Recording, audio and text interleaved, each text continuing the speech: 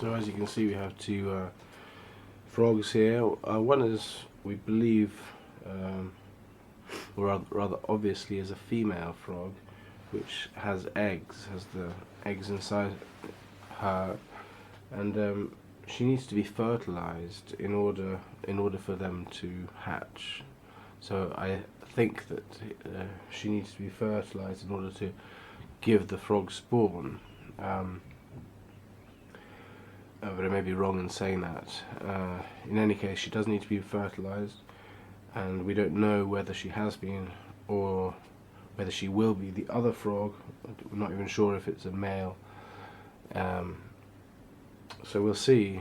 And but you can see that the female is a very reddish tinge, and this is apparently just a slight variation in the colouring, and it's quite common. As you can see, the male frog just coming out there. Oh, it's hopping a bit.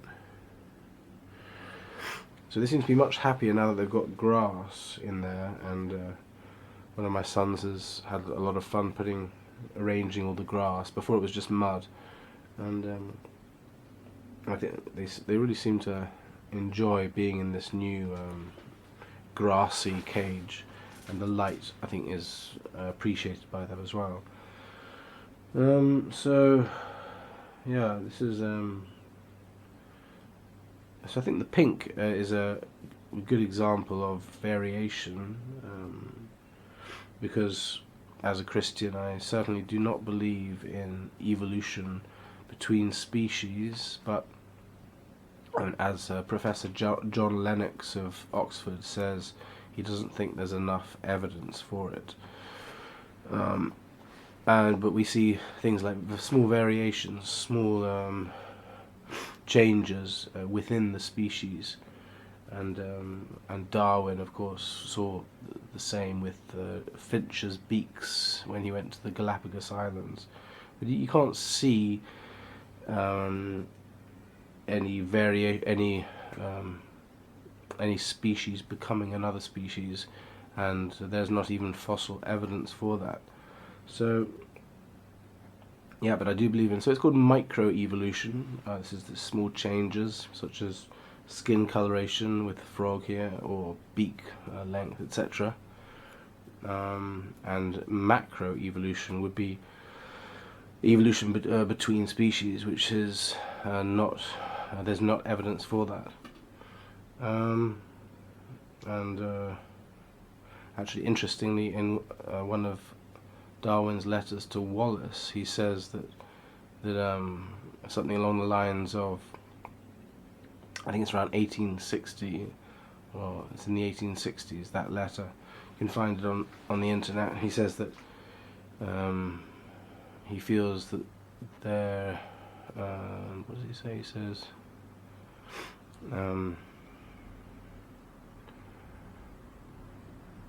what does he say? Something along the lines of, I have doubts about the validity of a theory which seems illogical. I can't remember the exact details, but it's in the letter. If you look up the letter of Charles Darwin to Wallace, I can't remember the first name. His colleague Wallace, and he says something along the lines of, I have a sneaking doubt about something about a theory, the theory of evolution, which holds that from a mindless organism, there can evolve something with a mind, something along those lines. Anyway, but just looking at these frogs reminds me that the wonder of creation, which God has provided, has blessed us to look at all the different shades and the different features is in no way contradicts microevolution, but definitely it's not macroevolution, which is the change between species. And it's a good reminder to, when you look at such beautiful things as these frogs, of how microevolution works. Of course, I'm talking about this red tinge to one of the frogs here, to the female frog. I'll just show you again.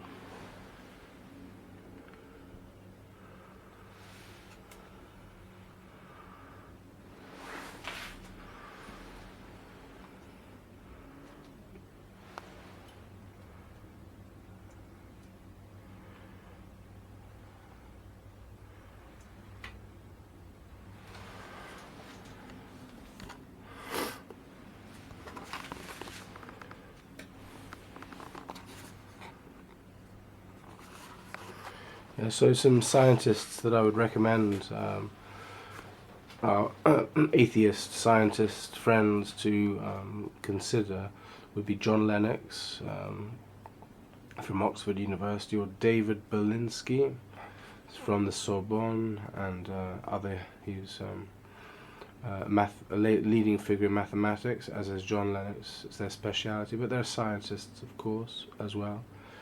And in the and also he's a microbiologist, David Berlinski as well. So they're definitely worth listening to their arguments and seeing what they have to say. C.S. Lewis, of course, is famous for saying that.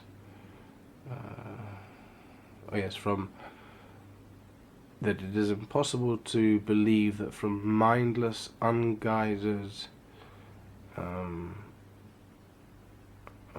a mindless,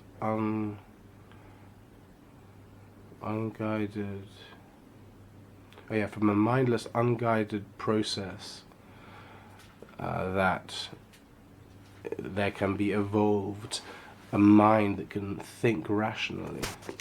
How do we get from the mindless movement of atoms in a random, mindless way, it's a random movement of atoms, how can that become rational beings? And of course that's an unanswerable question. So that's a little bit about, so these are some biologists. Berlinski is one, and if you go onto YouTube you can find others who come up when you put in David Berlinski, and I think even John Lennox, if you put him, and he talks a little bit about the what's the word,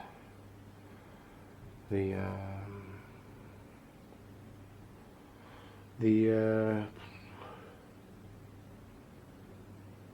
errors of Wallace, of